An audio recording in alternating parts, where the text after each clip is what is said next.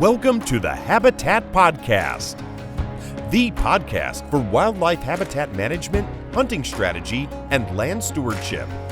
And now, your host, Jared Van Hees. Welcome, everybody, to the Habitat Podcast. I'm your host, Jared Van Hees, and we are here to become better habitat managers. I want to thank you all for showing up today for this awesome podcast episode we have recorded for you. We talk to a forester, the forester that I used on my 15 acres. We talk about some controversial things like his opinion on hinge cutting. We talk about the hack and squirt method and how that works and what his thoughts are on that. We also talk about what a forester actually is, what kind of foresters there are, and how you should hire one that adheres to your goals for your property and nothing else. We talk about what we did on my 15 acres, how he helped me out. And then we talk about his advice on the overpopulation of deer and how that can damage the habitat on your property. And also that can help create a better environment for invasives. It's a really informative episode with our friend Hunter Fodor from Hunter's Land Management. So he's a local central Michigan based forester. And, he worked with me to help me get my goals achieved of opening the canopy and helped guide me along the way, getting my loggers picked out, etc. And you guys are take some notes on this one, guys. There's plenty to learn. And it's an exciting conversation. And I cannot wait for you guys to hear it. I just want to tell you guys, it's habitat season. It's January. Hopefully you're out there getting those chainsaws dirty and sharpening up those chains. I know opening up that canopy is a huge proponent, or we're a huge proponent of doing that on our properties. And right now is one of the best times to do it, guys. So good luck out there, and be sure to wear your safety equipment, your chaps, and your helmet. I want to thank you guys once again for turning into the Habitat Podcast. This episode is going to be a great one on forestry. I want to also thank you guys who are booking your land plans over at habitatpodcast.com. We booked another one today here in Michigan where we're not going to quite do the full plan because of budget needs and considerations, but we're going to modify and help the landowner achieve his goals no matter what. That's our goal here, guys, at the Habitat Podcast, is to help you guys achieve your goals, get pointed in the right direction off the bat. If you're new to your property or new into the habitat world, we want to help you save the first 5 years of mistakes, with a plan from us just to get you going. So reach out to us at habitatpodcast.com/land plans. You'll see it up there at the website when you go there. Also at habitatpodcast.com, we have our habitat journal. We have a couple new articles coming up, guys. So pay attention to those. One from our friend Phil Lincoln. We had him on a ways back, one of our most downloaded episodes. So we'd love to get his article back on here, and we'll share that on the podcast site when it's ready. I kind of want to talk about how we got Hunter on the podcast here. Him and I talked about doing a forestry podcast a long time ago. We never really got around to it, but we started that new group called Habitat Chat on Facebook. It's linked right to our Habitat Podcast Facebook page. So if you're already a follower, easy to find. It's right there on our homepage. Go over to the group section and go down and join, or just look up Habitat Chat on Facebook and you can find us there. Already almost up to 650 members. This thing's barely been going a month, and the content on there is quality. But anyways, Hunter wanted to share his opinion on hinge cutting. So we thought, you know what, let's get him on. Let's hear the forester's opinion. And with that came a ton of information on everything forestry and managing your land for better habitat. So thank you for all who are on the Habitat Chat group and contributing. And, you guys are great.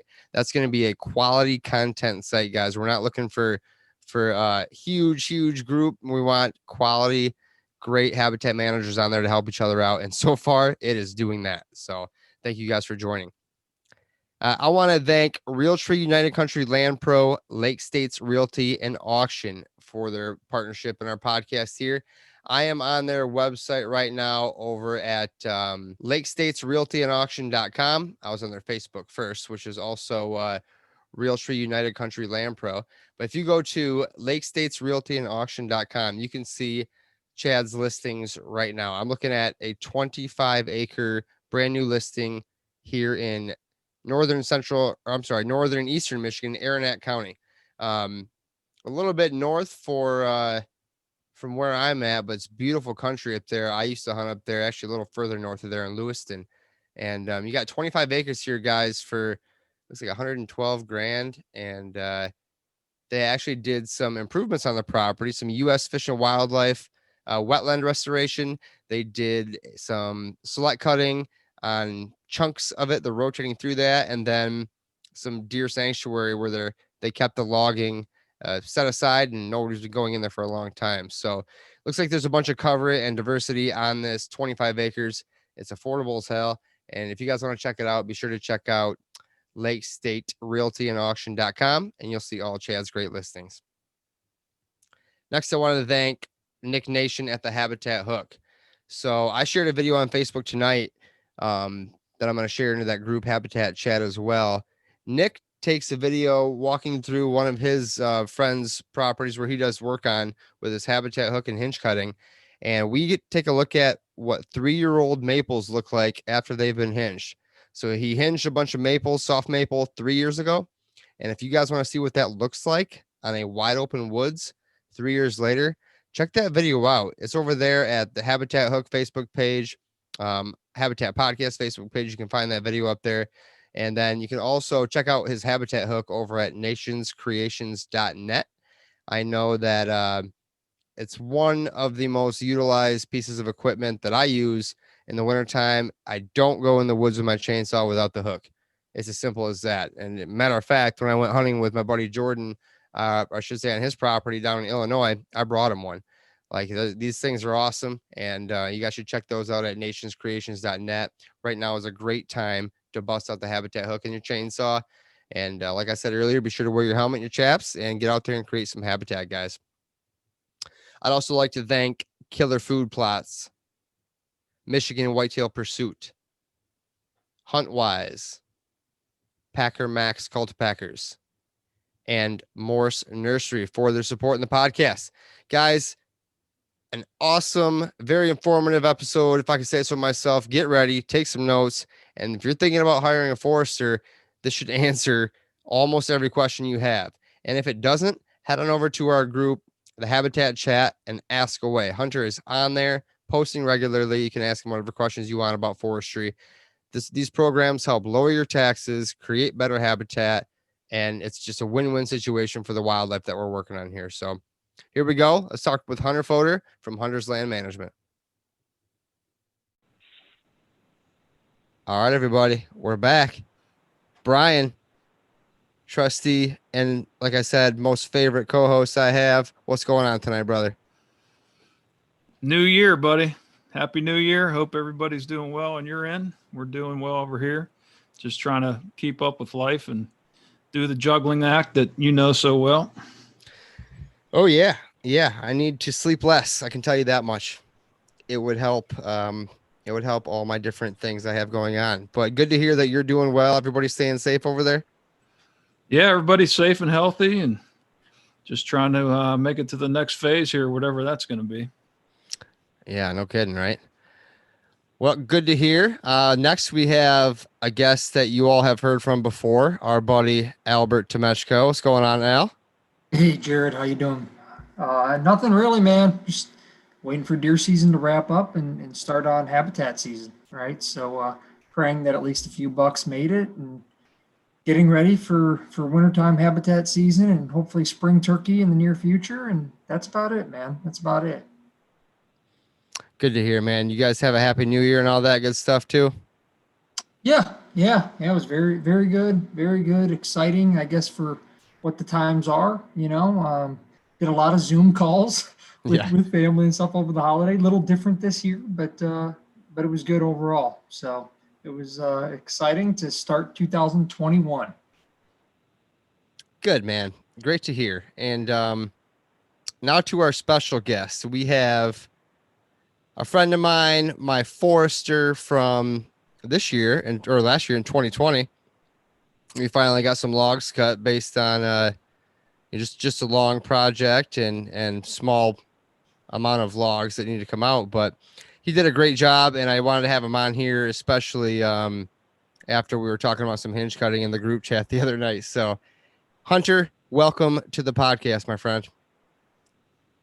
Thank you. Good to be on. No problem, brother. I know you've heard a few of these shows, so you kind of know how we start off. Let's go ahead and hear about who you are, where you're from, your background, and then we'll get into some forestry stuff. All right. So my name is Hunter Fodor. I own Hunter and Land Management Consulting Forestry. I'm based out of central lower peninsula of Michigan, out of the Coleman area.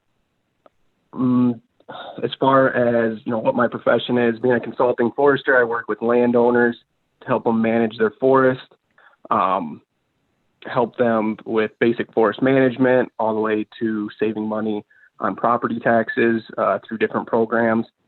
Professional credentials, I have a Master's of Forestry from Michigan Tech, Bachelor's of Science from Lake Superior State University. I am a registered forester with the state of Michigan, candidate certified forester with the Society of American Foresters, a member of the Association of Consulting Foresters, certified to write Forest Stewardship Program plans, also certified to write those Qualified Forest Program forest management plans, technical service provider for the NRCS, American Tree Farm Inspector, oak wilt specialist through the International Society of Arboriculture, and lastly, was fortunate enough to receive the Michigan Stewardship Forester of the Year Award for 2020. So long list, but that's my credentials for my profession. No, that's great, man. That's quite the resume. And I knew about most of those, but I did not know about that award for 2020. And while that may not be what took you the longest to earn out of all those credentials, what is that 2020 Stewardship Award? So the Forest Stewardship Program is ran by the Department of Natural Resources. It's a program that helps with the cost share of these forest management plans, which we'll talk about a little bit later in the podcast. But there's, I want to say, somewhere between 100 and 140 of these foresters across the state that are certified to write these management plans. And, the biggest push for the Forest Stewardship Program is being good stewards of the land and doing sustainable forestry. So yeah, that award, it kind of took me by surprise. I received it here this last year during a Association of Consulting Foresters meeting. And I'll have to say I was pretty tickled to death to get it. So just being, a few years into my career, it felt like a pretty good achievement. Oh, of course, man. Congratulations on that. That had to be yeah, thank you. Quite the gift or something that you earned that was more of a surprise. It's pretty amazing. Good for you. Yep. Yeah, thank you. So, and then, getting back to, the background of myself, huge hunter. I'm sure just like a lot of the listeners on this podcast, hunt everything from white-tailed deer to big game, waterfowl, small game. Just now that the majority of hunting season is winding down, I'm finally starting to get back to working a little bit more. I'm sure it was the same for all you guys, spending more time in the woods probably in the fall than in the office. But getting back to that. But growing up as a child, was fortunate enough to live on a 200-acre farm in Jackson County. So I had lots of room to roam, and obviously with the name Hunter, fell right into place that I was out in the woods all the time hunting and exploring, and kind of, obviously fell in love with the forest and the habitat, and grew up in a logging family. So, and we'll talk a little bit about the difference between what loggers and foresters are later on, but grew up in that side of the forest industry, running equipment, doing a little bit of cutting, not too much. And as I grew older, kind of being a foreman on some of the job sites. So have a really good background in the harvest aspect of forest management from just growing up with that, background in the family. From there, decided to go into biology. So, like I said earlier, have a bachelor's degree from Lake Superior State University in conservation biology. Wanted to get more into the government aspect of wildlife management. After a few years of doing seasonal work for government agencies, I just didn't feel that was the right place for me. So went back and got my master's in forestry, and then kind of found that perfect niche of consulting forestry, being an individual business owner and then working for private landowners in their best interest, which in a lot of times people find that from the logging aspect of it, a lot of times loggers and timber buyers don't have that forest ecology background.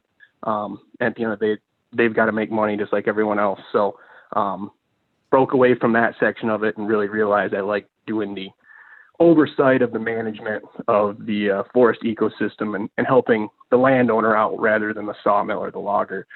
Not that obviously I'm not helping those two folks out, through the process, but I just wanted the landowner to be the number one priority. So, yeah, so that's something good we should probably hit real quick. Maybe we should hit the difference between a forester, what type of foresters there are, and maybe even before that, how you are not considered a logger, or you know what I mean. Let's segregate you from that, or vice versa. Yeah, I want people to understand that there is a difference, because even I, in the beginning of this, kept using the term logging, and you're like, no, I'm a forester. So I remember a few years back when we started our conversations, that was something that I needed to learn too. So let's maybe dive into that real quick so everybody has a good understanding. Yeah, so let's talk about that. So foresters, in a perfect world, a forester, I guess to be called a forester, at least to have those credentials that I laid out earlier, I have to have a bachelor's degree or higher from a SAF, a Society of American Foresters accredited university. And obviously through that education, you're going to learn everything you need to know about forest ecology, about the management aspects, all the different factors as far as invasive species, wildlife, diseases, hydrology. I mean, the list goes on and on.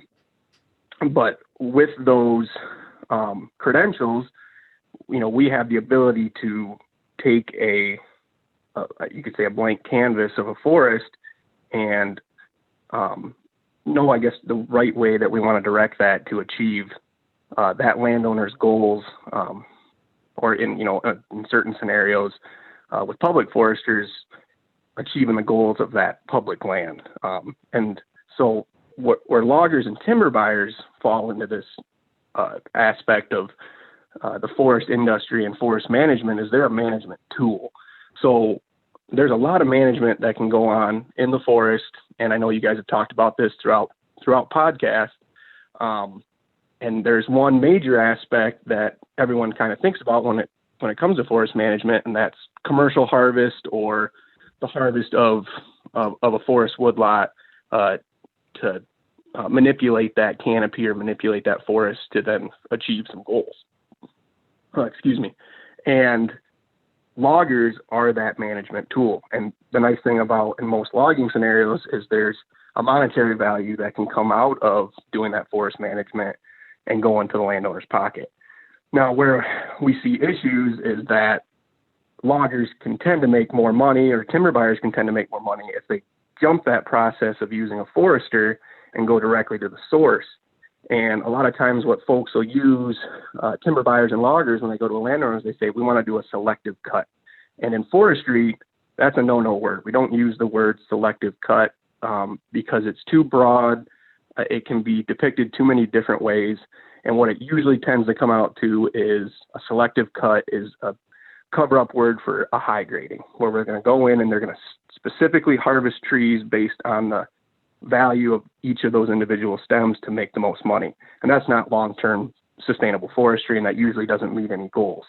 And so those loggers and timber buyers, they make more money when they go through that process and they individually go to landowners and try to buy their timber. But if a landowner goes through the right process and does the research beforehand, they're going to know they want to use a forester to help manage their forest. And then that forester is going to implement those different recommendations as far as timber harvest, and the logger and the timber buyers are then going to be able to come in and do what they're supposed to under the supervision of a forester. So that's the big difference. Most of the time, if someone has those right credentials to be called a forester, they're going to call themselves a forester. They're not going to call themselves a timber buyer. They're not going to call themselves a logger. And let's touch on the different types of foresters. So like I said, to be a forester, you have to have those specific credentials and education. So, there's you could break it down to three real basic types of foresters in this career path. There's public foresters, which you can think about as like your state foresters, your federal foresters. Those are the folks that are only working on public lands, and they're managing those public forests, to benefit everyone. Within that public forester regime, you could say also is folks like district foresters that may be the first contact point to landowners that they're working for, like NRCS offices and things like that. In some states, they do the whole process, just like a consulting forester does. But like in Michigan, they are the first contact, and then they're going to help refer out that landowner to the appropriate foresters from there on out for that management. Your second forester type is industrial foresters. We call them procurement foresters. Again, they have the same education as a consultant or a public forester, but they're working directly for sawmills, timber buyers, or loggers. Now, they have that same education background, so they should be doing what's right for the forest and what's right for the landowners. But where I tend to push landowners more towards what I am as a consulting forester is, at the end of the day, those procurement foresters, they're great guys. I'm friends with lots of them, but they're still working for the sawmill or the timber buyer or that logger. So at the end of the day, where's their best interest really being played into? It may not be the landowner. So that third categorization of foresters is what I am, a consulting forester, and I work only for landowners. So I have no attachments to timber markets, and you could say no conflicts of interest. So I'm doing what's going to be best for the landowner and what's going to be best for the forest. And situations, that's going to be more beneficial to that landowner. And I'm sure, you could probably be a witness to that, Jared, with the work we've done. If you were to go through a logger or anything like that, they would have tended to mark that woods, which was going to benefit their pocket the best in most cases. So that breaks down there's a lot of talking right there, but it breaks down kind of what difference is between loggers and timber buyers and then foresters, and then those kind of, careers that you can go into as a forester. No, I appreciate that, and don't worry about talking. I love it when the guest talks. That's perfect. I think what I also like to ask, though, based on the three foresters, which one, costs the least to cost the most? Because I think some are free, right? And then some have fees. And whether, yes, I know you weren't a free forester, so am I getting what I'm paying for by the consulting forester because you're more likely to adhere to my goals versus somebody who's not? Or I guess let's run through a quick breakdown of the costs for each type of forester just to give somebody an idea. Yeah. So the first category we talked about, public foresters, the state and federal foresters that are working only on state lands or public lands, they don't work for private landowners, so they're completely out of the equation. You can use your district foresters, we call them in Michigan, through the NRCS, and the southern portion of the Lower Peninsula really doesn't have any of those foresters. It's more as you move up into the northern part of the Lower Peninsula and then the Upper Peninsula. But each county has a designated forester that you can contact at your local NRCS office, and they're a great starting point. They'll come out, I believe it's for free, and walk the property with you and give you some ideas. They've got a great education just like I do, and they're a starting point. So then what happens with those foresters is they kind of write up a summary for this landowner, and then they will find out what the goals and objectives are of the landowner, what's going to happen as far as, is there a timber harvest, are they going to enroll in the qualified forest program, therefore they need a forest management plan. And they send that out to us consultants and procurement foresters that are on their list as a referral. And then we respond back to say, hey, we're interested in this project or we're not. And then that district forester from there will give that list of interested foresters from the private sector to the landowner, who then can, pick and choose who he thinks going to fit, his needs the best. So I think, in my opinion, I even will steer landowners in that direction instead of just trying to get them to work with me, because I think that's a great way to go as a starting point. Now, your procurement foresters, their main goal is to get out and buy timber for whoever they're working for. So they want to be out on the landscape buying timber more than anything. They don't really want to be writing management plans in most scenarios, or doing some of the other little things like forest stand improvement, invasive species control. A lot of times they're just not an all-around full forester for the landowner. Like I said, their job is to procure timber for those markets that they work for. So yes, they tend to come out for free, where as a consulting forester, we tend to charge a fee for that first initial consultation. And then, like I said, we work directly for the landowner. So that's where our money's made. So you don't find very often where a consulting forester is just going to come out and do free consultations and things, because at the end of the day, and that doesn't make money, and you're not going to stay in business very long. So you could go different routes. Now, where I tend to find, at least in Southern Michigan, where you're at, Jared, is there's not very many procurement foresters, if any. Most of the sawmills and loggers down there, they just have timber buyers. And like I said before, timber buyers don't have that knowledge and education in forest ecology or that degree. So as you get further north, some landowners do prefer those procurement foresters. And I'm, like I said, friends with lots of them, and they're great guys. But for the smaller landowner, or a landowner that really wants to make sure he's going to get everything done in his best interest, a consultant's the way to go, because like I said before, we're working directly for the landowner. And at least in my business, I can't speak on behalf of other consultants, but I offer, everything that I would prescribe in a forest management plan, like we've been talking, timber harvest, forest stand improvement. I offer all of those services. So I'm a pretty roundabout forester to cover all the needs of that specific landowner. So I'm a little biased, but in my opinion, I think consultants are the best way to go. And then, another thing that I didn't touch on, with consulting foresters, when we come to a timber harvest, a procurement forester is going to offer you X amount of money that he's willing to pay for that timber. And if you go with him, that's what you're going to get. And with consulting forestry, if the scenario, is appropriate for it, we do full timber sale administration, and we put it through a bidding process. Now, on smaller jobs, I know we did it on yours, Jared, but most of the time I don't do it in small situations like that. But you know how that timber sale bidding process went. We Right. do the prospectus, we oversee that whole process, send it out to those potential timber buyers, and try to get as much interest as we can possible, so then we can get the highest price or the best cutter on the job. So that's where it can be really beneficial. I've had multiple landowners where the bids come in, and the low bid and the high bid, I've had them where it's an $80,000 difference.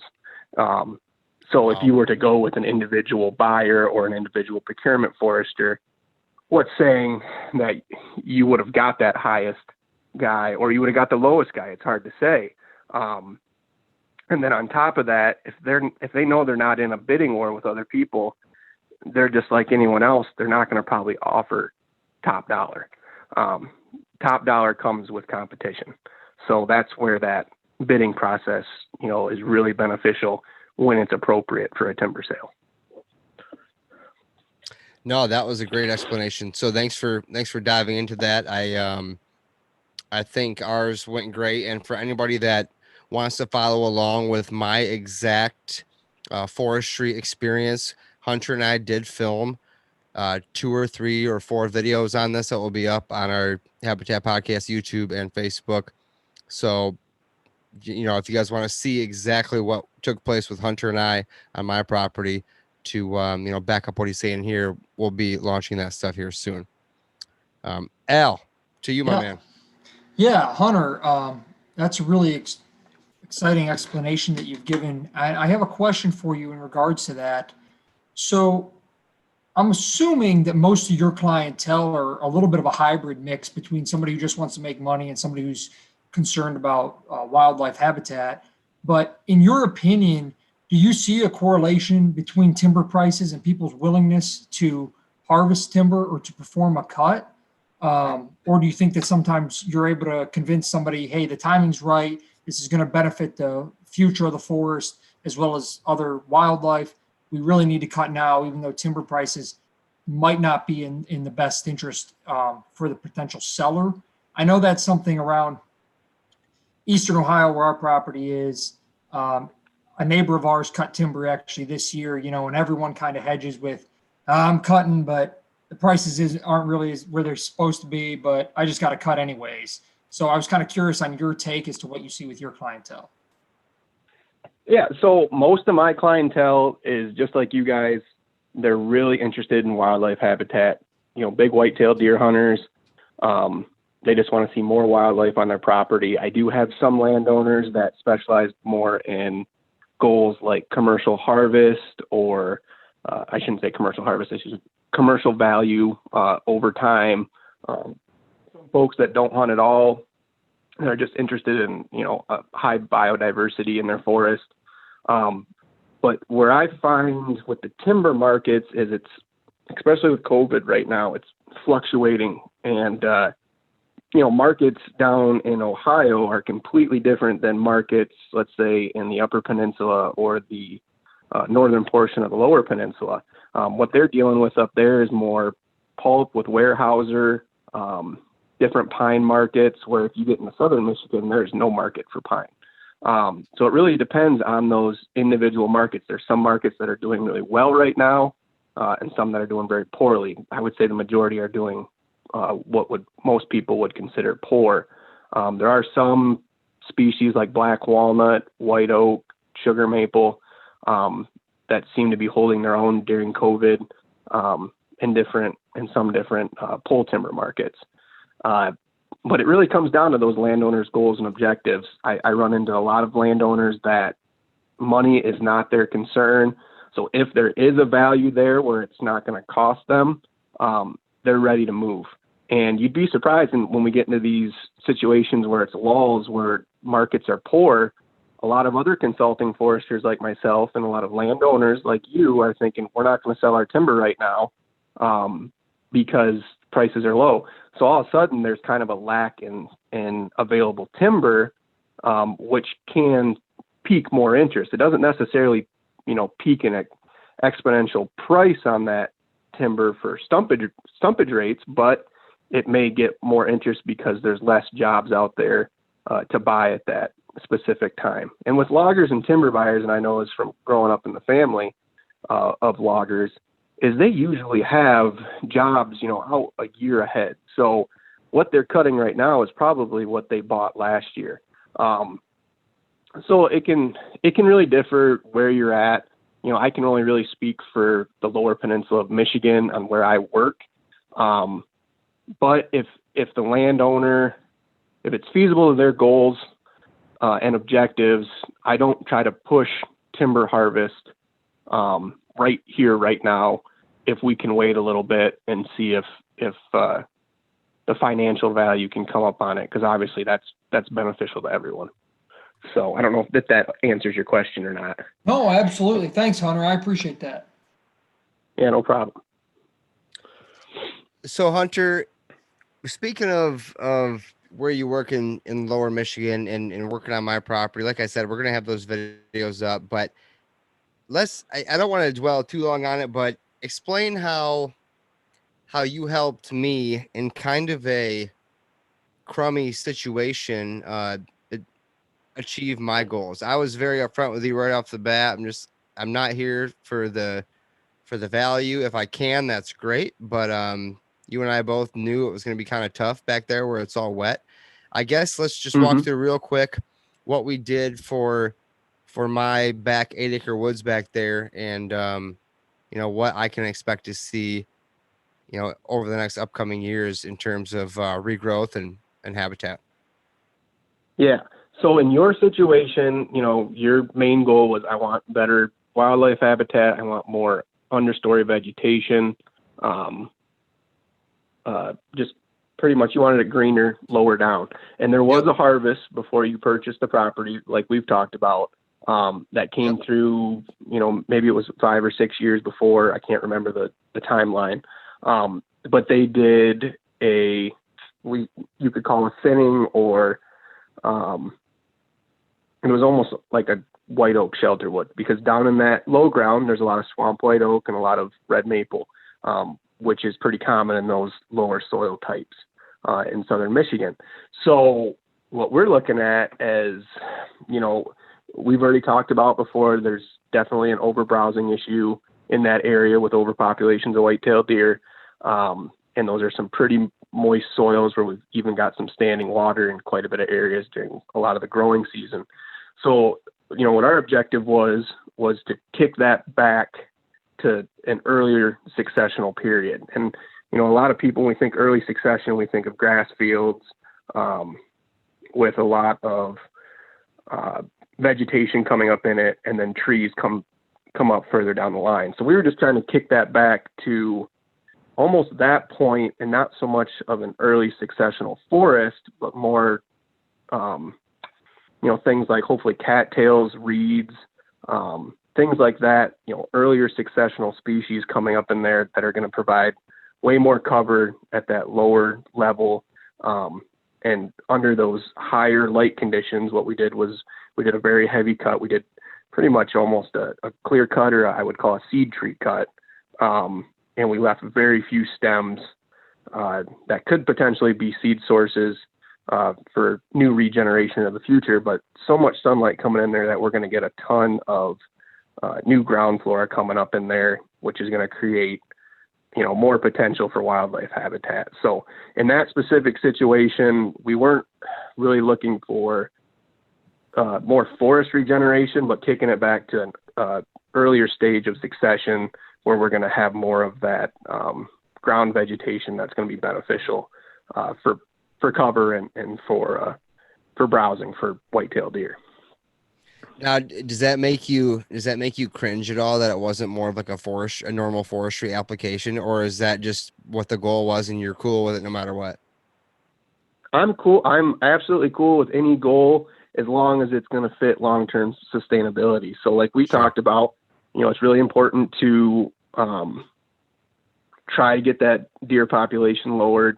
And we want to make sure that invasive species don't take over down in there, because then we're creating an unsustainable system that may provide cover for white-tailed deer, but it's not providing any food for white-tailed deer if that was all to turn into buckthorn or Phragmites or something like that. So I'm completely fine with it as long as it's staying along that line of what a natural system is.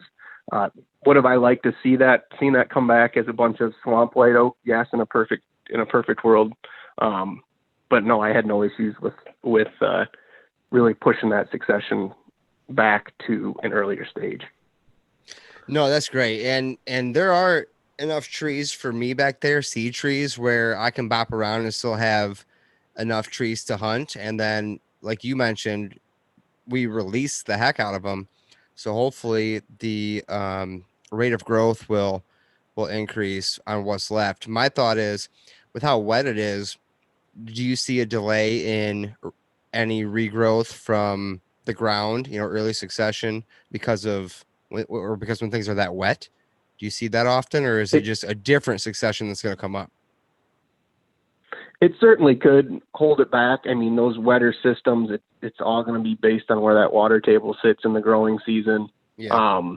But there's a lot of hydrophilic species that are going to come up great in there. So I think no matter what, something's going to grow. We're just going to have to see what comes up, and make sure, like I said, again, invasives don't start to pop up. And what I always like to think about when you see a lot of invasive species, that means the growing conditions are perfect for natives. It's just that there's some other issues going on as far as, having too much of a seed source of invasives or having too much browsing occurring from white-tailed deer, and they're really limiting the growth on those native species. So, I think as we see that progress, it'll be interesting to see what comes up. But I feel pretty confident that, with time, that's certainly going to become heavily vegetated. For sure. And just to give everybody a quick summary, it wasn't a logging company's dream when we were bidding this out. We had to bid out a couple times because it was wet. It had already been cut. It was really kind of an uphill battle in that point. But, you got it done. I didn't have to go in there and cut it myself and, spend how much time or injury or what have you with those big trees. I have some nice logging trails now that I was able to kind of direct the way I wanted them. I created a badass pinch point down in the woods there, which worked well all fall. So, even though it seemed like it wasn't doable, and I talked to a few other people besides you, you got it done. So I thought that was pretty awesome. Yeah. It was definitely a challenge. And like I said, most scenarios we wouldn't use timber sale administration in that. But it seemed fit for what we were trying to do. But yeah, no, I'm glad. And like I said, I think it takes time. So forest systems and natural systems, it's not like a cornfield where it just immediately comes back up. It's an investment in time. So these systems, they rebound a lot slower than what we would like to see as human beings. So as if you give it that patience, it'll really start to rebound, and I think it's going to be real beneficial. So Hunter, one thing that is popular among a lot of weekend warrior habitat managers like us is hinge cutting. And it's kind of controversial too. Anytime it seems like we bring it up on the show, there's always a few people that say, oh, those guys are all for hinge cutting all the time. Well, most of our listeners know that's not true. There are applications for it. We don't propose that everybody just goes out and hinge cuts everything. But I would like to get your take on that since it's such a hot button topic often. Yeah, certainly. And I'm going to be definitely on the opposing side of it. So where I really come in with, this hinge cutting, this new thing with hinge cutting is, from your, and I'd like to hear what your guys' standpoint is on it. But I feel like with most landowners, they walk into their woods, they have this barren understory with no vegetation, and they go, let's do some of this hinge cutting because we're going to take vegetation from the upper canopy and bring it down and fix this problem. But from my opinion, what I think it is when you're hinge cutting, you're attacking a symptom of a problem. You're not attacking the actual problem. So we're looking at the problem as, we can't get anything to grow down here. We don't know why, but we're going to hinge cut and we're going to get vegetation down at this understory. Where I see most often is if you were to just use your trigger finger more often and really reduce those deer populations, you can look at different studies done by Cornell University.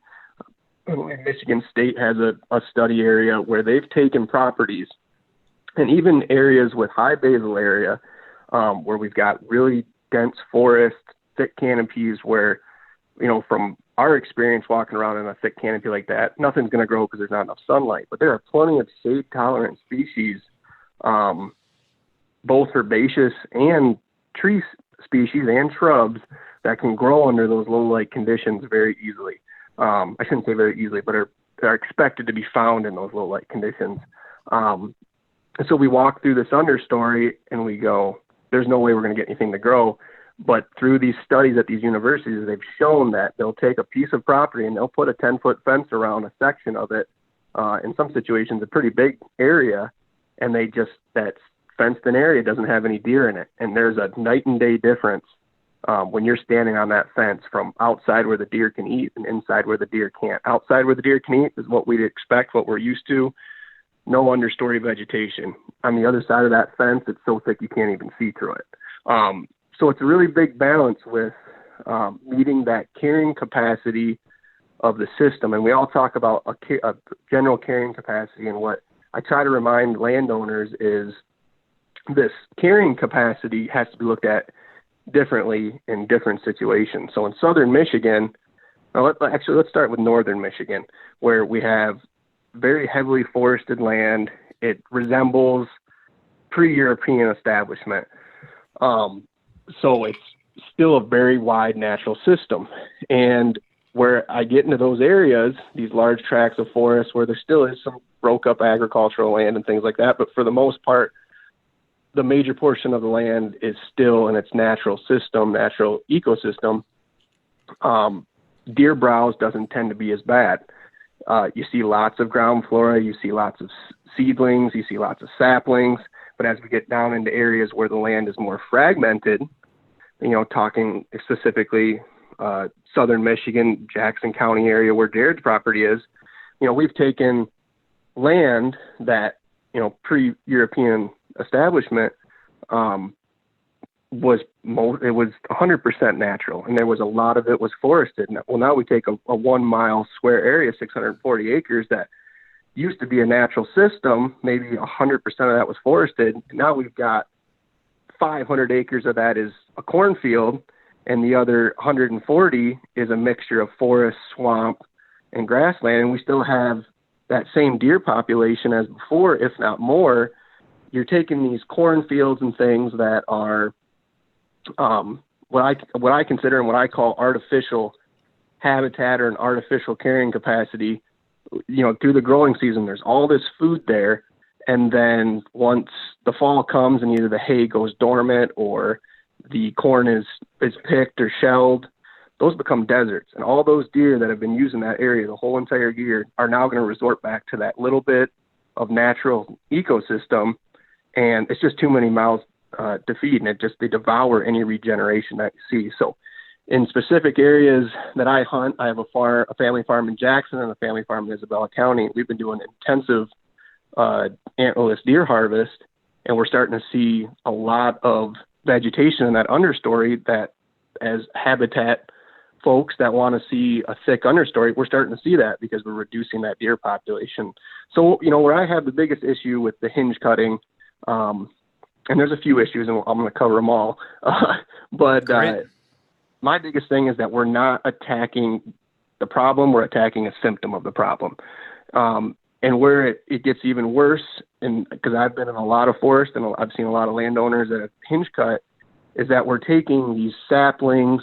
In some situations, people are cutting pole timber, even saw timber, all this years of growth, and we're bringing it down. And in most scenarios, it's only living a year or two and dying right off. So we've taken all this production over time of maybe a 20 or 30-year-old sapling, and we brought it down to the understory, and it's been beneficial for maybe a few years. And there is situations where it lasts longer, but sooner or later, gravity and the overall size of that tree as it continues to grow is gonna outcompete that little bit of sapwood that's still attached. So right. And again, we still have the browsing issue, and we expect to, as we get in these areas, now that we've opened this canopy up a little bit, we should be seeing seedling development and things like that. If the seedlings are able to compete with that vegetation that you've now brought to that lower layer, we still have a deer browse issue. So the deer just come in and they devour those seedlings. And like I said, I've looked at lots of these areas, and this is pretty consistent for what I see. And then on top of that, with the issues we have with invasive species like honeysuckle, autumn olive, buckthorn, multiflora rose, those get introduced into those areas. The deer are now attacking our native seedlings just as much as they were before if they are starting to develop, but they're not really hitting those invasives. And that's what the big issue with invasive species is that they don't have really any natural predators. Yes, I've watched deer browse on autumn olive and honeysuckle, and they hit it a little bit, but they don't hit it enough to be detrimental to that stem. So we've now created a perfect scenario for these invasive species. We've removed the regeneration because the deer are eating it down to nothing. And then the deer aren't eating the invasives. So now the invasives don't have any competition and they don't have any natural predators. So in a lot of these places I've seen hinge cutting, they've exploded into invasive species areas where it's just a bunch of autumn olive, a bunch of honeysuckle. And from there, it's obviously very hard to revert it back to a natural system. The last thing I'd like to touch on and why we really don't approve of hinge cutting in forestry is I work alongside loggers every day that are out in the woods, and their profession is to fell trees with chainsaws. And we'll walk across the hinge cut area, and they'll just start laughing. I said, "What are you laughing for?" And they say, "Well, these guys must have death wishes because, you know, when you take a chainsaw safety course, they're going to teach you that you have to do an open face cut. You got to leave a hinge on there, and you got to either do a bore cut or a back cut. And that's going to help direct that tree down, and it's going to help prevent it from barber chairing." And I've seen lots of trees in the woods where you get these huge barber chairs, and those folks are lucky to be alive because if that hits you in the head, it's lights out.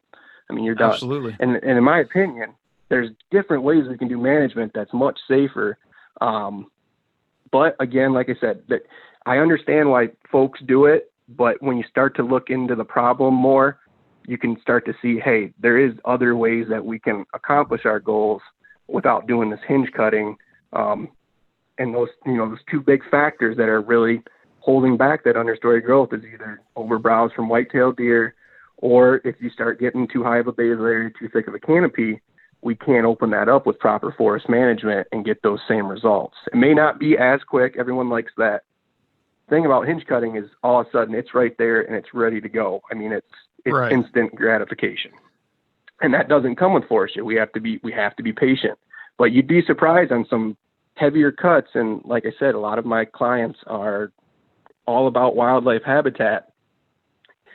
The selective cut, you know, that improper terminology, where we tend to use something that looks similar to that is single tree selection. But if you want an aggressive harvest that's going to promote more vegetation in that understory, we start to look at things like group selection, shelterwood harvest, and even clear cuts are a silvicultural harvest technique. So like I said, when it comes to hinge cutting, if it's being used for actual forest management, I disagree with it. If you're using it for things like covering up trails to get in to your tree stand or covering around your blind for cover, or, you know, I know landowners that I work with that Jared's friends with too, that he has black locust along his property line along the road, and he's hinge cut that to kind of create a pretty thick screen so there's no poaching occurring in his fields or anything. So in those small situations, I tend to be okay with it. And then kind of, you know, the little bit of rule for me at least is if you're going to hinge cut something, don't be hinge cutting anything over the size of a sapling, which is 4 inches diameter at breast height. Because anything bigger than that, it's starting to be pretty dangerous. Right. So that's my 2 cents on hinge cutting. I don't know if it's really what you guys wanted to hear or not, but that's absolutely where I think I can speak on behalf of most foresters that's how most of us feel about the hinge cutting. No, I completely agree with where you're coming from and understand where you're coming from.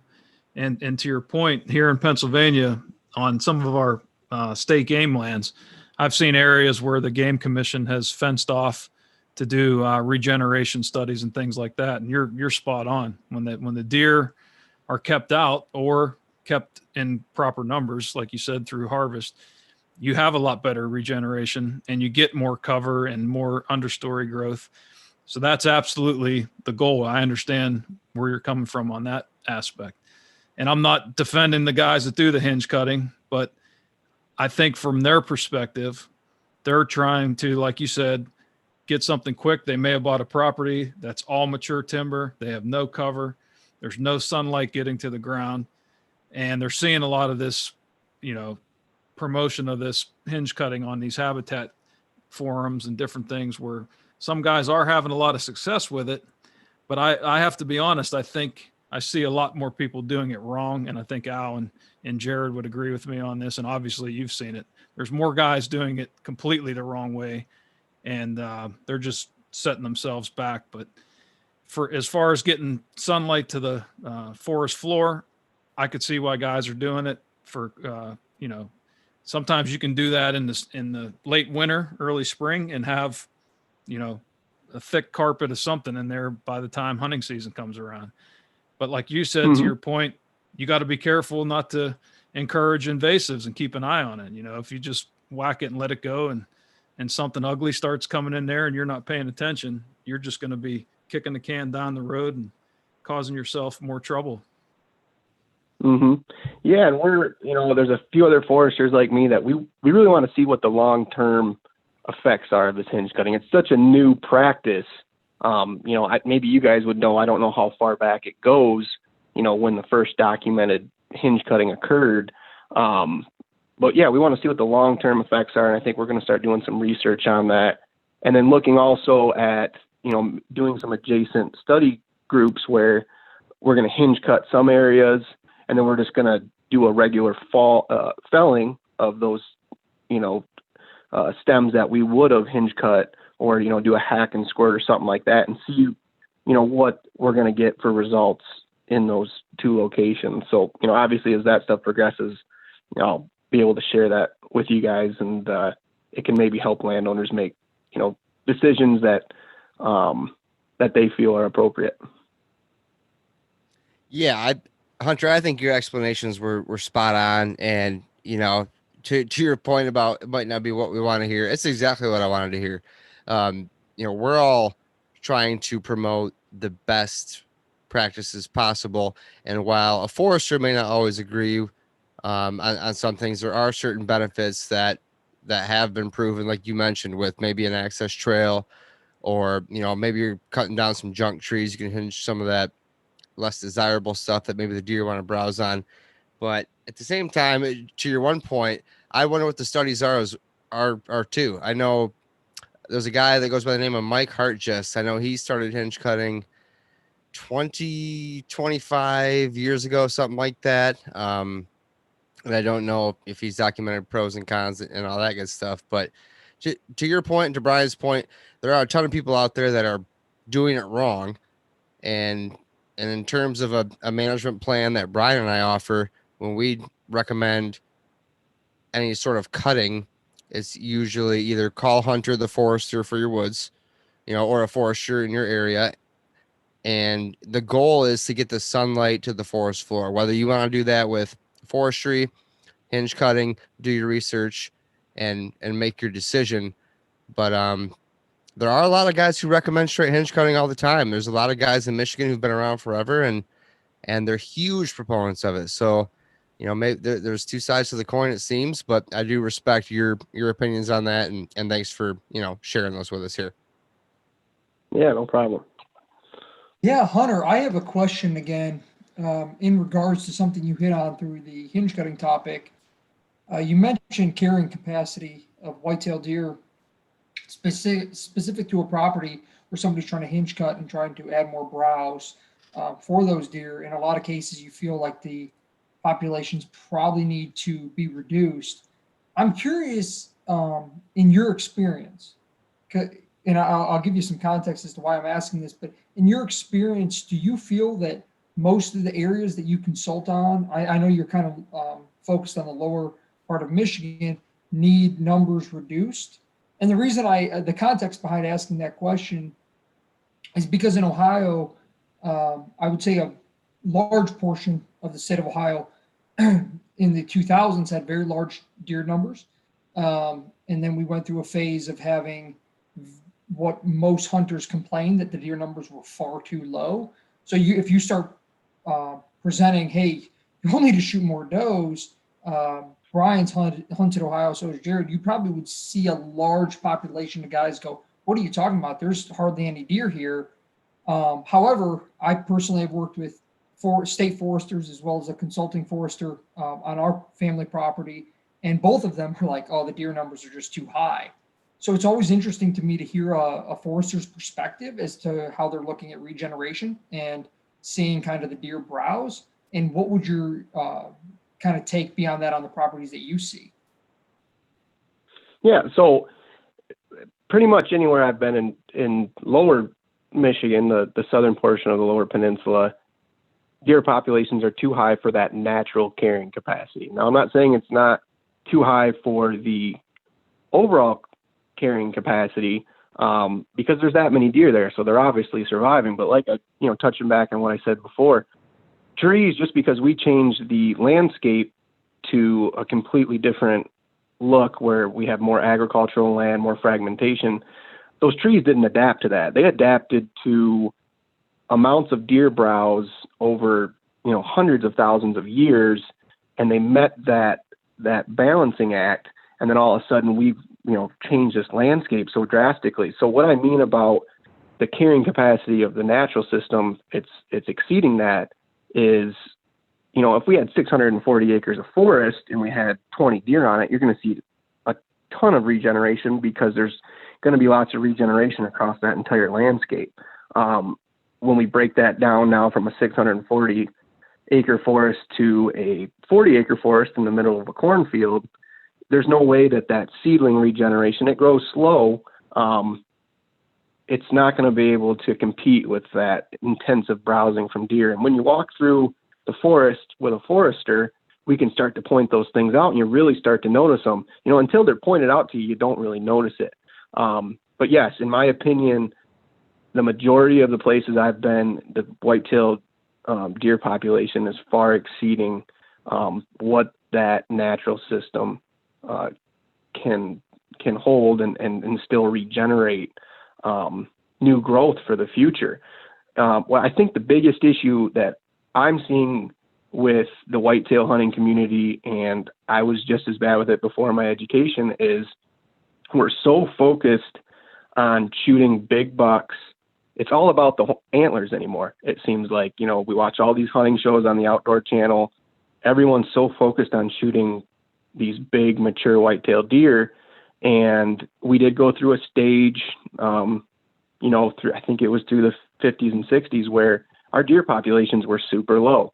And I guess don't quote me on that time frame, but so there was, a big thing. We're not going to shoot does because we want the population to rebound. Well, then we got it stuck in our head that we're just going to buck hunt. And I know so many landowners that have a ton of land, and you can go out in their field at night and there's 50, 60 deer in it, and they shoot their buck or their 2 bucks and they're done. And it's, if you want to be a conservationist, in my opinion, you've got to really focus on that overall objective of, we need to control this white-tailed deer herd so it doesn't affect the ecosystem.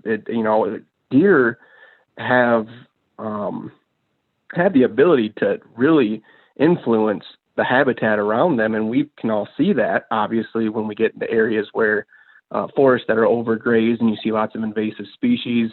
I mean, they're manipulating that system right there just because their numbers are far exceeding what that system can hold. So, to give you some examples, and I might get a little backlash from this, and that's fine. The 2 farms I hunt, one in Isabella, one in Jackson County, are about 200 acres apiece. The farm in Isabella, you could go out at night spotlighting in the winter and see over 100 deer in just one field. That's not even covering a whole square mile. So we started this year doing intensive doe harvest, and we shot 34 does off of that farm this fall, in a combination of using your up to 10 issued antlerless licenses to the DNR, and then also a program called the Deer Management Assistant Permits that landowners can get if the local biologist approves for them. So the one parcel, we ended up getting 30 of these DMAP permits, and we went to town, and we're going to be doing studies. We're actually implementing plots out there to see, as we continue to do this intensive doe harvest, are we going to start seeing forest regeneration? We're actually going to have some exclosures, 20 by 20 foot by 8 foot high fences, to see what it's going to look like, obviously under a circumstance of no deer. But we want to see, as this progresses, where we continue to harvest does, are we going to start to see more forest regeneration? And I feel pretty confident that we're going to, because on the farm in Jackson County, we've been for the last 3 years on that 200 acres, we've been shooting about 10 to 15 does a year. And this year, actually the last 2 years, I've been seeing more seedling development in the understory than I've ever seen on that property. And I grew up on that property. Tons of oak regeneration, and you can kind of measure it based on that height, because as seedlings develop, once they become a sapling, they're above that browse line. But a lot of times we'll see these 6-inch seedlings in the forest, and we go, oh, there's a seedling there. But we should be seeing different heights as that seedling progresses into the second year. It should be a foot high, should be a 1.5 feet high by the third year, maybe 3 feet high by the fourth year. And I'm starting to see that progression every year as we continue to do this antlerless harvest. And, at first it's nerve-wracking because you've never did it before, but this is the third year that it's been implemented. And I had multiple hunts this year where I went out and I intended to shoot a doe for a family member, and all I saw was bucks. I mean, it was like a awesome problem to have. The one hunt that I intended to shoot a doe, and all I saw was 7 bucks, and 3 of them were shooters. So I think as that habitat is starting to become better and there's start to be more vegetation for the deer to utilize, we have these roaming young bucks that are moving into this area, and it's open for the taking. So I'm starting to see more bucks on the property, and I would say if I was to average out every sit on that property, on average over the course of the entire season, I saw more bucks than does, which was a pretty great thing to feel after doing 3 years of intensive doe harvest. So it's one of those things that it's kind of nerve-wracking. And like you said, with landowners, they talk about, hey, I want to see as many deer as I can. And then we kind of set these high points where we have a high deer population, and that's what we think it should always be at. We think that the average should be the high. And we see that a lot in the Upper Peninsula, where everyone always says, oh, back in the 80s, 90s, there was deer everywhere. Now there's barely any. And it's not that now we have a low amount of deer. It's more that now that the population's even out maybe to more of what the carrying capacity is of that system. But like I said, I think, one of the biggest problems in the hunting world, the deer hunting world, is we need to start getting back to not always being about shooting big antlered bucks, but maybe doing what's better for the habitat. And I feel like I'm doing that. I shot 2 bucks this year. I was fortunate to tag out, and I shot 19 does. So, I mean, I feel like I'm really doing my part as lowering that doe population. And like I said, check back and we'll see how it goes. But from the one farm in Jackson, I'm seeing nothing but positive results.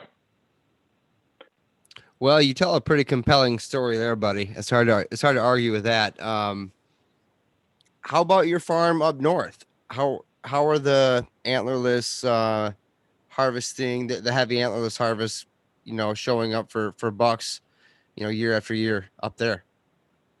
This is the first year we've implemented it. So it's been a family-owned farm for, I want to say 60 or 70 years, and everyone's always been about shooting bucks. And you walk through that woods, and it's a beautiful, beech, hemlock, red oak dominated forest, a really, nice later successional forest. And there's gaps in there, and there's basal areas. When I talk about basal area, that's a kind of a tool we use to measure forest densities in forestry. But you can see regeneration, anything from 120 basal area to less in a forest like that. And there's plenty of areas where we've got good gaps and we're sitting far below that threshold, and there's no regeneration. And if there is any, it's a big autumn olive bush or something like that. And as soon as I see those invasives, I know, okay, this is perfect growing conditions for our natives. It's just the deer are browsing them away, because if the invasives growing there, I would sure think that a native should be able to grow there. So we're still going to, it's going to be a few years before we start to see the impacts. Like I said, the first study plots we're going to be, I wish we had a nice control. We should have did some study plots last year to have a control group to see what it looked like before the initiation of the harvest. But I think, this year will be pretty similar to a control. And then hopefully by 2022, I think we're going to start to see sugar maple seedlings pop up that no one could have seen in that woods for the last 60 years. So, and you can really tell that the seedling development hasn't been there, because not only are we not having any seedling densities in there, there's no sapling densities. So there's a really big gap in age structure. We have a ton of saw timber and a little bit of pole timber, and then all of a sudden there's nothing else. You know, when you look at a basic uneven age stand and how the densities should vary between smaller size class diameter trees and larger ones, you should obviously have a ton more of the littler trees than the larger trees. And it's the complete opposite in the woods like that and most woods I walk through. So those are things that, you know, after this podcast, I'm sure a lot of listeners and you guys as well, you'll start walking through the woods and you'll start thinking about these things and going, okay, I see now the deer are definitely doing a heck of a lot of damage in here. Yeah, and you and I had that discussion this summer on my place, and that's kind of one point I want to hit real quick. When you're seeing an ample amount of sunlight, some decent ground, and an increased amount of invasives, does that just scream overpopulation to you, or what are your overpopulation of deer to me? Of deer, okay. Are there is there Yeah, anything and else with that screams overpopulation? You can have some girdling damage from cottontail rabbits, things like that. But for the most part, you know, what's really making the impact in the forest is the white-tailed deer. Well, we don't really look at much else because we don't find in the studies that a lot of universities doing things, I don't think they really see much other wildlife affecting regeneration. You know, there may be other species like turkeys and things like that maybe are, you know, affecting germination rates because of reduction in, you know, seeds actually being able to germinate. But as far as after germination, your biggest issue is going to be white-tailed deer. I mean, that's what they're hitting in the winter when all that other food source is gone. They're resorting back to that woody browse. They're browsing on those buds, those young tips of the branches that are still palatable, and that's supposed to be next year's growth for those seedlings. So if you're, you know, cutting it off right there, it can't progress. Sure. No, I appreciate you mentioning those couple things there. So moving on into one of our last couple subjects here, let's talk about forestry programs in Michigan. Obviously you tailored to Michigan. What do landowners here have to qualify? And if they are, if they can apply this program to them, what first steps do they have to take? Just give us a little rundown on the forestry programs here in Michigan. Yeah, so the two major ones that come to my mind is the commercial forest program and the qualified forest program. The commercial forest program, which most folks aren't going to be interested in that are listening to this podcast, is CFP gives you a huge break on your taxes.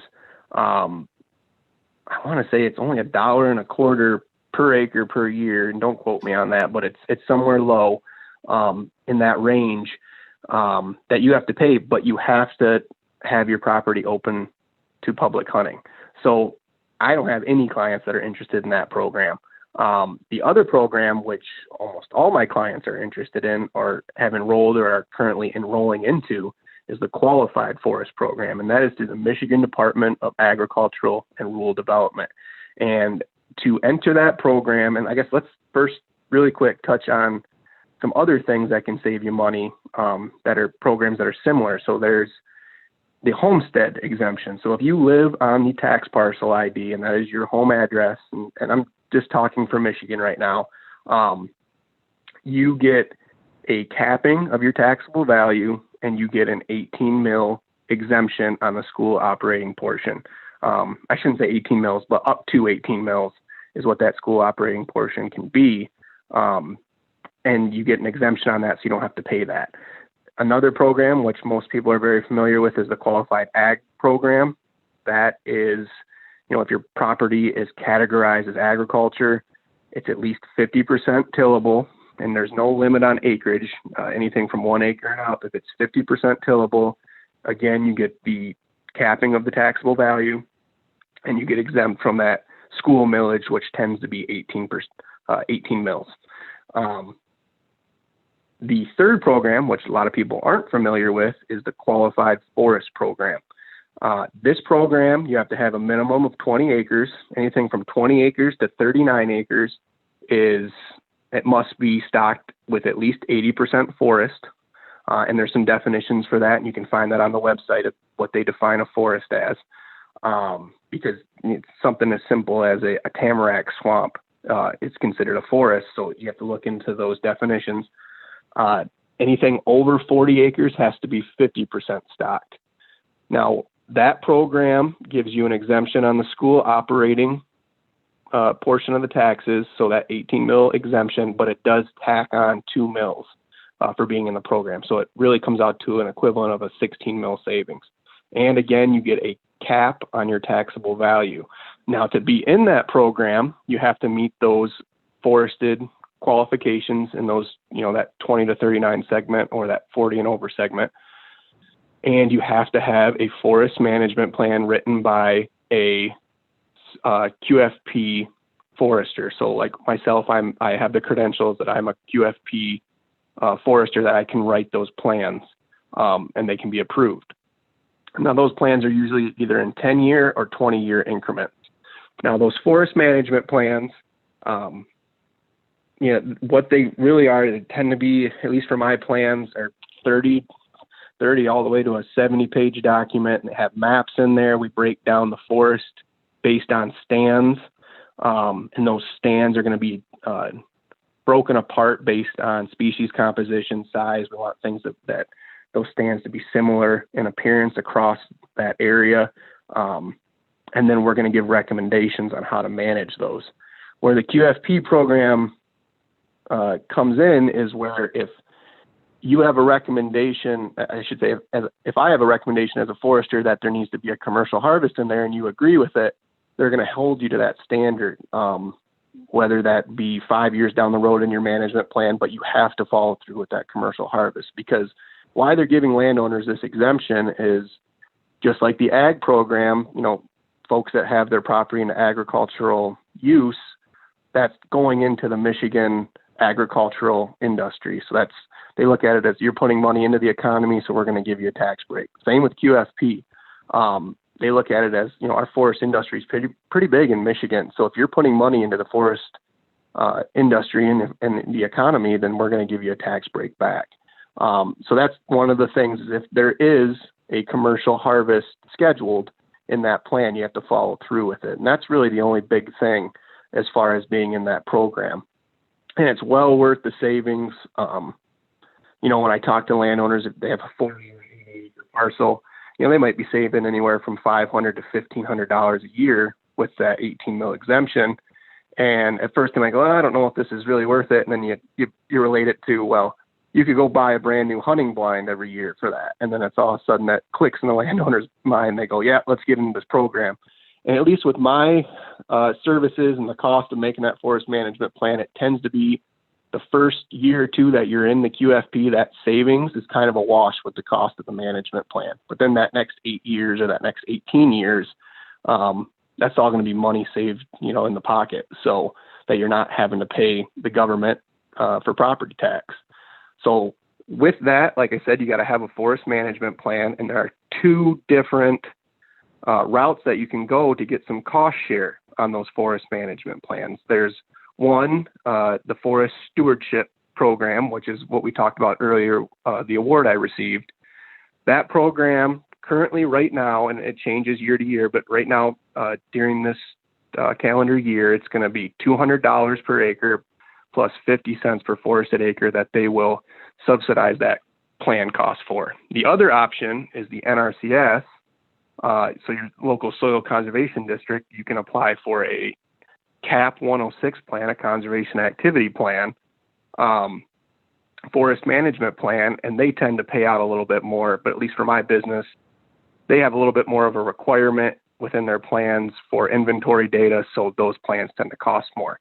Those you have to apply for, and it can take a while to get approval.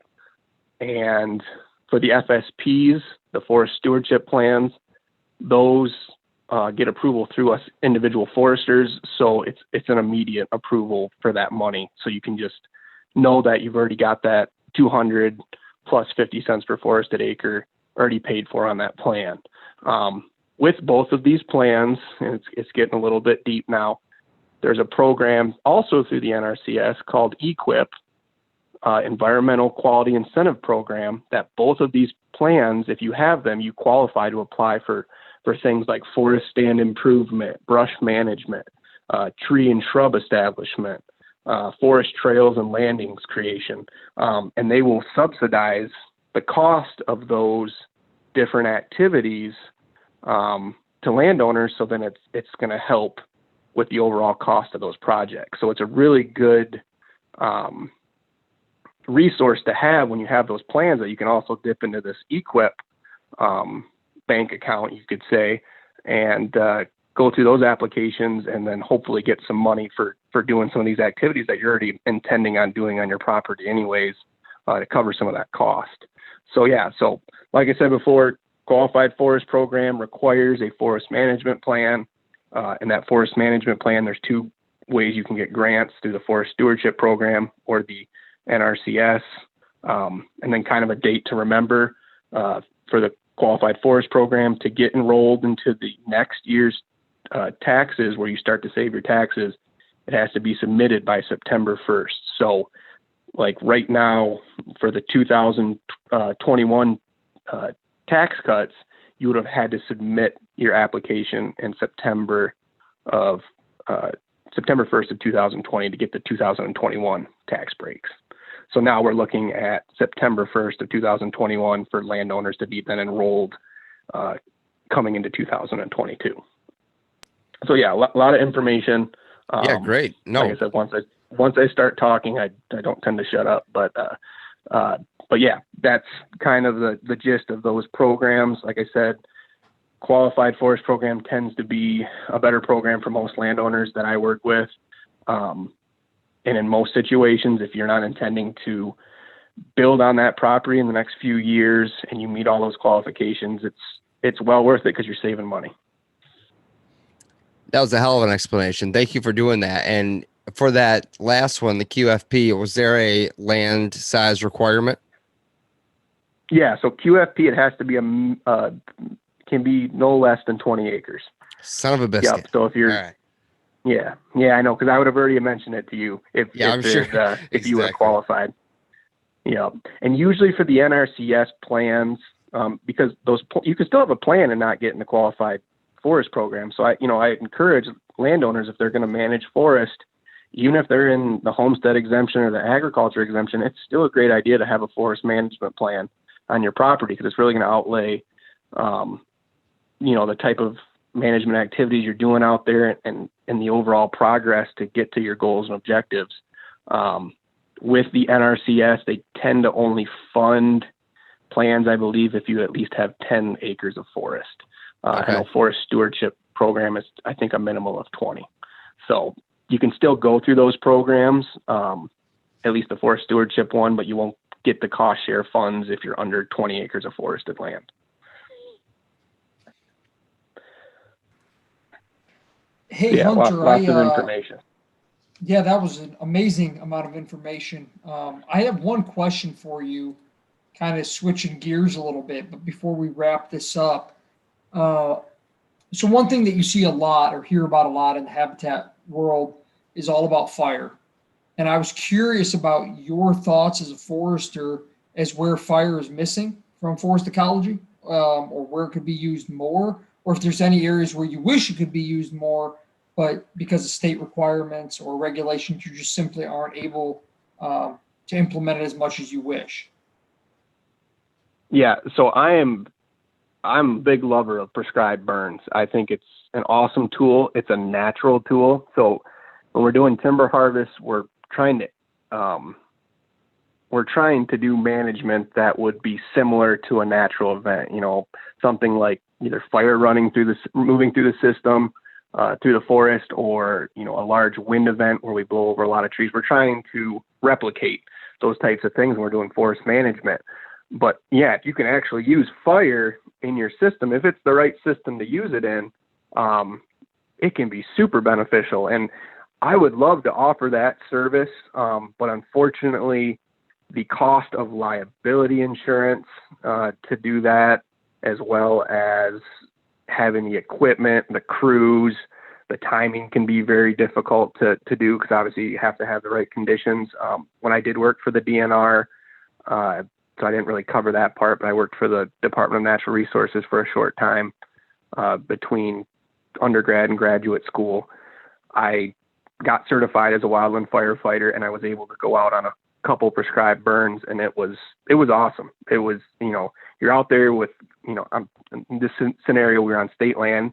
There were goals and objectives for those individual stands. The one stand, we had a really hard time getting the fire going. It wasn't the right time of season, and we didn't really achieve our objective, but we were trying to do a understory burn in a red pine stand, and then we're going to go through and do a shelterwood harvest in that red pine to try to get natural red pine regeneration. So pretty cool when you start breaking it down and thinking about all the different ways you can use prescribed fire. The most common scenario people think about is burning old fields to get, that new fresh regeneration of grasses and forbs, pushing that succession back. But doing understory burns in hardwood, oak dominated forest, you just don't see it very often, because I think there's that risk factor that, when you're burning a field, that fire can only climb as high as the grass. But if you're burning in the woods and then it gets away from you, and it's not the right scenario where, you've got a lot of drier material in that upper canopy, you start thinking in your head, if this gets away from me, this could be really, really bad. So a lot of times people don't even attempt it, because it's just, the risk is so much higher than the reward. But I would love to see more landowners use it. In my questionnaire for my forest management plans, it is one of the recommendations that I ask if landowners are willing to do it or not, because if they are, I'll recommend it all day. For Michigan, you have to have a burn permit, but there's nothing stopping you from doing prescribed burns on your own property. You just have to go through the right processes to get the right permit. So you do have to have a burn permit. With that burn permit, you usually have to have a burn plan.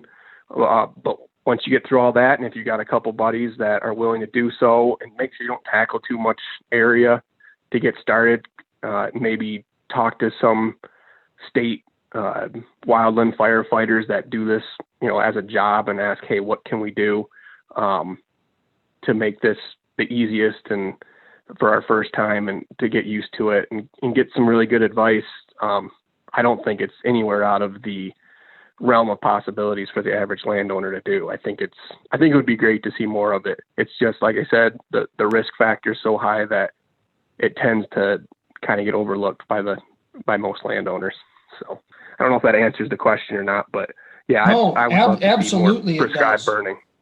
No, absolutely it does. I know in the state of Ohio, I don't even know what the regulations are. I know in where our property is in the eastern side of the state, heavily forested, foothills of Appalachia. So it's definitely regulated. When I've talked even to state foresters, they're like, oh, we'd love to do it more. And they do it at the state level, like Shawnee State Forest or something like that. But they're like, when it comes to private landowners, there just isn't enough support to really do it. And they don't want to just allow people to, start as the one forester said, start dropping matches. But they do feel like it's something that's missing, that was there, in pre-European settlement, and it occurred quite often.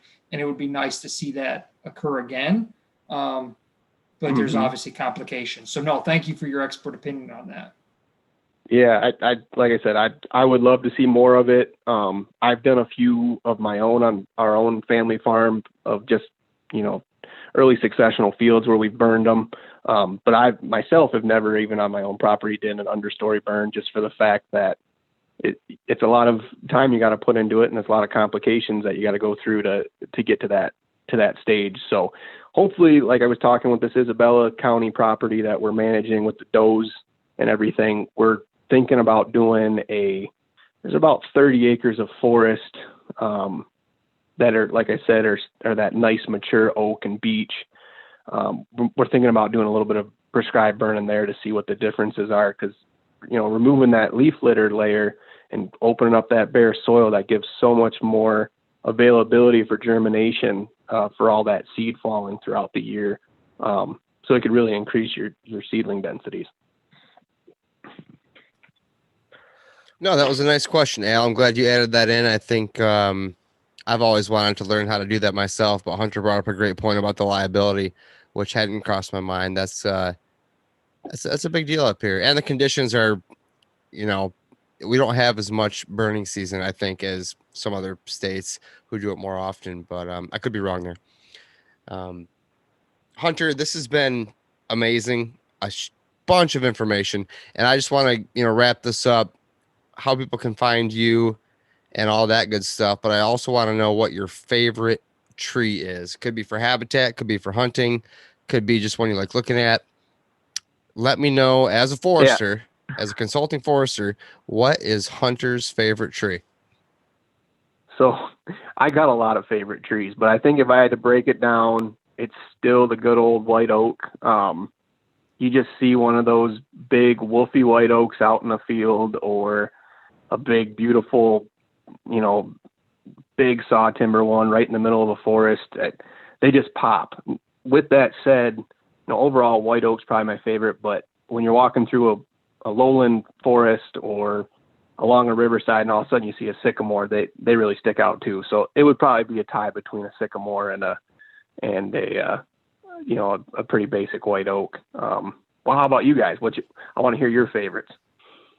No, I wasn't ready for that. You can't ask that question. Yeah, Brian, your favorite tree?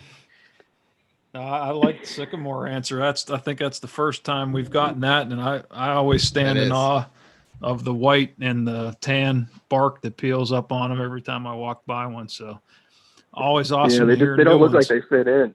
No, not at all. Yep. For me, it's a tough one for me too. I like the old sturdy giant apple tree that's out of place in the middle of a hardwood stand that's still surviving, and every once in a while you'll see some apples on it. Not sure how it can with very limited sunlight, but I've always been impressed by those old timber stand big apple trees hanging out there. So that'll be mine for tonight. Yeah. Al, what do you got, buddy? Probably like a hinge cut maple. No, I'm just joking. Tree of heaven. Yeah, tree of heaven. No, I would probably. Don't make me hang up the phone. I'd have to go with the white oak. Hunter did not laugh with that response. No, I'd have to go with the white oak. I mean, there's a few on the farm, and they're just majestic. I mean, I've always loved white oaks, and anywhere I'm at, I mean, I could see one downtown Columbus or Cleveland, I see a big white oak, and it's just like, man, the stories that thing could tell. So I'm with Hunter on the white oak. Good answer. I've always loved the hell out of some white oaks. I think my favorite, if it wasn't a white oak, it would be a gigantic, super old white pine. I know that I have a few in my backyard here that are about 5 foot in diameter, 2 of them, and they're pretty epic. Or if you go up into northern Michigan, where I hunt, up near like Thompsonville area, you traverse a lot of that state land up there, and every now and then you'll find a little patch. There are 2 or 3 of them, and they're just, I don't know, they're just insane. They're awesome. They're towering. I don't know. I'm a huge conifer fan. I've always loved conifers, and that one is just, when I'm talking like a big one, like 4 or 5 foot in diameter, I'd say. Yeah, that's a good choice. It's our state tree, so I don't think you're probably far off from a lot of Michiganers. So. Well, Hunter, let's hear where everybody can find you if they want to learn more about your company and possibly hire you as a forester. Yeah, so I do have a website. It's hunterslandmanagementllc.com. Kind of a mouthful. Remember that Hunter is plural, but no apostrophe. Also, you can find me on Facebook at Hunters Land Management LLC, as well as Instagram at Hunters Land Management LLC. And I'm sure you guys can post up some contact information, anyone that, would like to discuss qualified forest program or sustainable forestry. My phone number is always a good way to contact me, or email hunterslandmanagementllc@gmail.com. That's awesome, man. Yes, we will definitely put a link to your website in the show notes here when this goes live. And dude, that was great. A bunch of information. I knew it would be a good show. So thanks for coming on, and thanks for your contribution to the Habitat chat group. And just really appreciate it, man. Yeah, no problem. I appreciate you guys having me on it. I feel like we got a lot of information out today, and hopefully as some of these studies we're looking at progress, we can do it again and talk a little bit more in depth about forestry and silviculture. Would love that. Thanks, Hunter. Thanks, Hunter. Thanks, Hunter. Yep, thanks, guys. Thank you so much, listeners, for coming and listening once again to the Habitat podcast. We really appreciate it. If you could, please do us a favor, leave us a 5-star review on iTunes or wherever you listen to this podcast. If you type out something nice, I will send you a free Habitat podcast decal. If you haven't been to our website, habitatpodcast.com, we have our Habitat property consultation services on there under the land plan tab. Check out our HP land plans there. We also have hats, t-shirts, and decals up at habitatpodcast.com. Of course, all of our podcast episodes. And then we have a new Habitat podcast journal where you can learn about deer anatomy and some cool thoughts, more of a blog post from us every now and then. We'd really love it if you went over to our Instagram, Facebook, and YouTube, found the Habitat podcast, and please subscribe. That really helps us. And thank you very much to our sponsors. We have Michigan Whitetail Pursuit, Packer Max Cultipackers, Huntwise, Killer Food Plots, the Habitat Hook, Realtree United Country Land Pro, Lake States Realty and Auction, and Morse Nursery. Thank you so much, guys, for tuning in once again. Get back with us soon. We're going to have another great episode for you as we become better habitat managers.